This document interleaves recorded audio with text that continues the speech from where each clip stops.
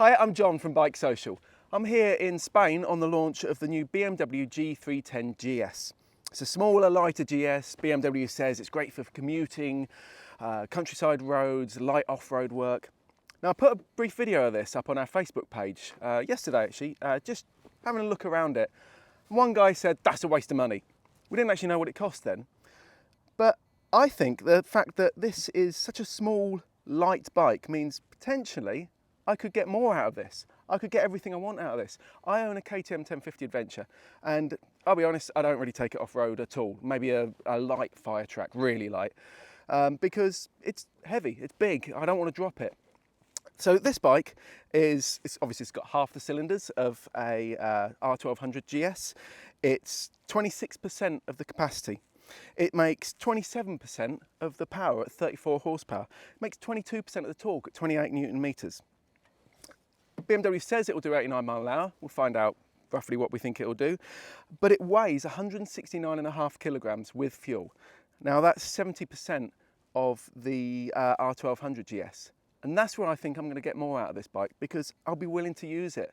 I'll be willing to get the best out of it. Now there's what they say is a light off-road track behind me. And they assure me that even somebody like me who isn't confident riding off-road will be fine there. So I'm going to go up there, give it a go, and see if actually I can get more out of this bike than I can out of something bigger, heavier, more powerful, and a lot more expensive.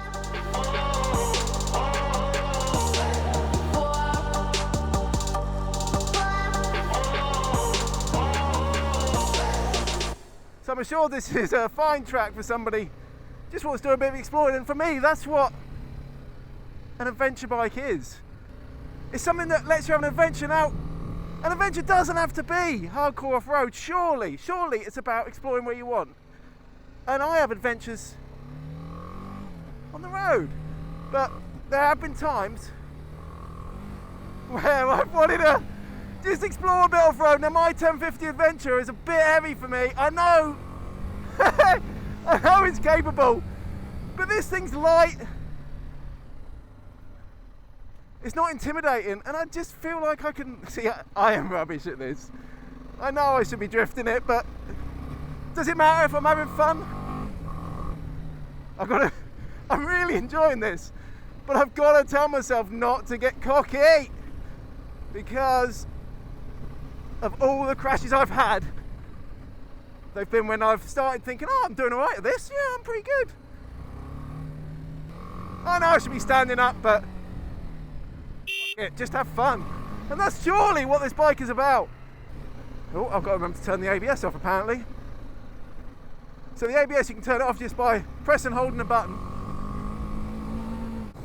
For all the people trying to say it's just a cheap bike badged up, it's not capable, it is. It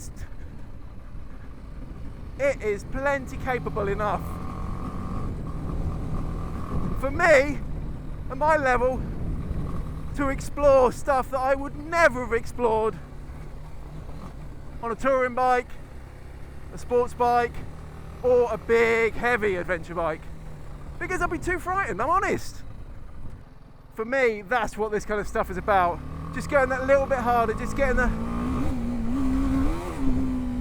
starting to get the back out. You know, I'm no hero, but I'm doing it at a level that suits me. Come on, let's be honest. If you feel like a hero when you're riding, if you're having fun, who gives a toss how fast you really are? And yeah, it's a 34 horsepower engine, but it's enough here. This is fucking excellent. Oh. Way! Front went then, but I found that on the road. We hit some really wet roads, and I had these are Metzeler Tourance tyres. I had the front just wash on me, and I am no pro rider, but it was very controlled and predictable, just like that, to be honest. I honestly would love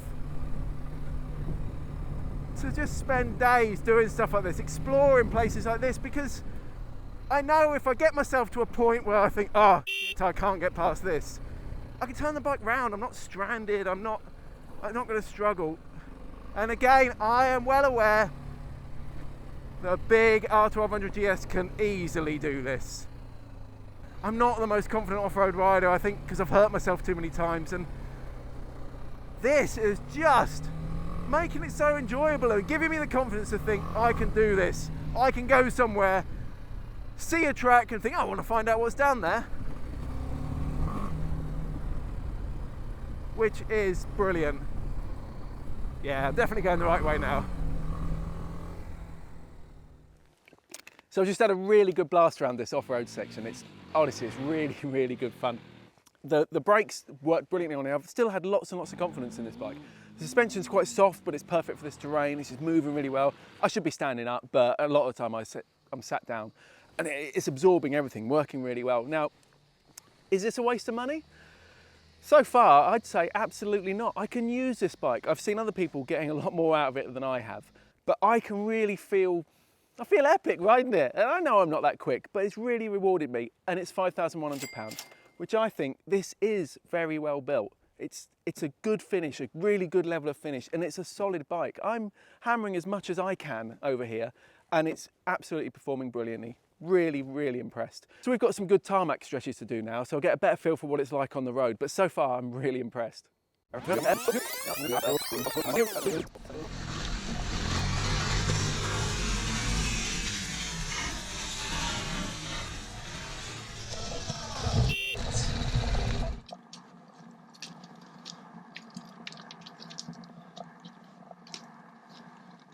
Easier to pick up than a 1200. Definitely a lot easier to pick up.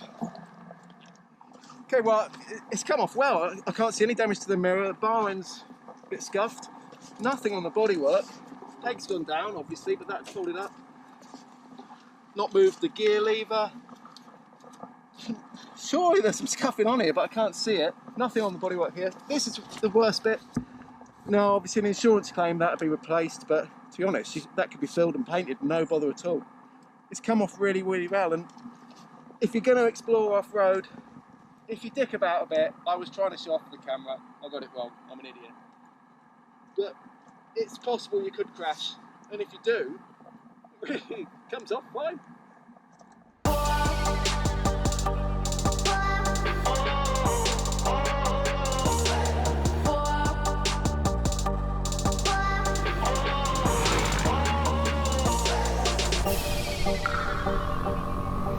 So now we're on some twisty, tight mountain roads, and for me, this is where a smaller capacity bike can really shine, because you have to work the engine and the gearbox, you have to get engaged with it, and that to me is why this isn't a waste of money. It's not got all that power that I'm not going to use. I'm using everything, and there's still more left for a more talented rider than me. But roads like this are just so much fun on something like this. The Metzeler Tourance tyres are good. In the wet they were good, here they're good, off-road they were good. And in that respect they're a good compromise. But I'd have a little bit more confidence on some sports rubber here. I did feel it creep a little bit as I ran over one of the lines, and in the wet it crept. But it's got enough for what I want to be doing, and the fact that I can nip off on a dirt track on this means I can still have a lot of fun on it. I can still use the bike. I can get failure out of this bike because I can go loads of places on it. I can do stuff. So you can see I have to use the engine, I have to use the gearbox, and the suspension is soft. When I brake into this corner, you can see it dives. The brakes are plenty strong enough. These Bi-Bri calipers, Bi-Bri means by Brembo. They're more than powerful enough for this bike. And that compromise with suspension works well on the road, works well off-road. To get here, we did some motorway stuff. and I was doing 120 kilometers an hour, and it was fine. You know, it is a bit vibey, and it is a little bit.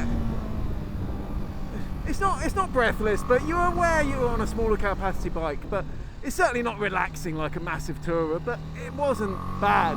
And I certainly didn't feel intimidated to be on a motorway. And it was a busy motorway, we're near Barcelona. So it's more than capable there, and it will easily get well above motorway speeds. BMW says that the bike will do 84 mile an hour. I saw more than that. If I had a bigger engine bike, you know, I could leave it in third and it'd be fun. You know, don't get me wrong, I love big engine bikes too. But please don't say that this bike isn't proper because it's not got a big engine. Please don't say it's a waste of money and that anybody who's passed their test is over 21 has to have over a 600. Sorry, but that's bollocks. If you want to be engaged by a bike, this is it. Come on, there's a lot of you out there that know what it's like to work something.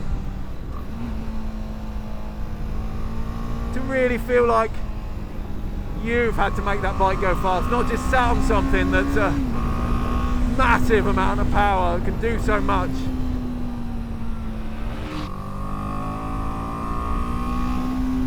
If you want to see how fast you can go on an autobahn, then yeah, sure. Set it up 1400, something like that. But that's not for me. I love experiencing different places. And adventurous, just discovering a little village off the beaten track. Finding somewhere new. Feeling like I've ridden somewhere that not everybody rides. And there is no reason at all this bike couldn't give you some absolutely awesome adventures. It's more capable than me off-road. It's more capable than me on twisty back roads like this.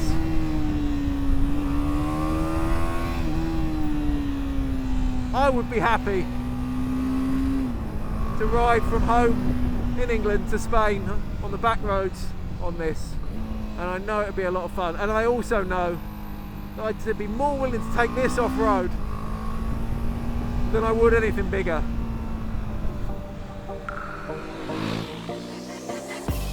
So there you have it. This bike is a fraction of the R1200 GS. It's a fraction of the capacity, it makes a fraction of the power and torque, but it's also a fraction of the weight. The seat is only a little bit lower, but it made a massive difference.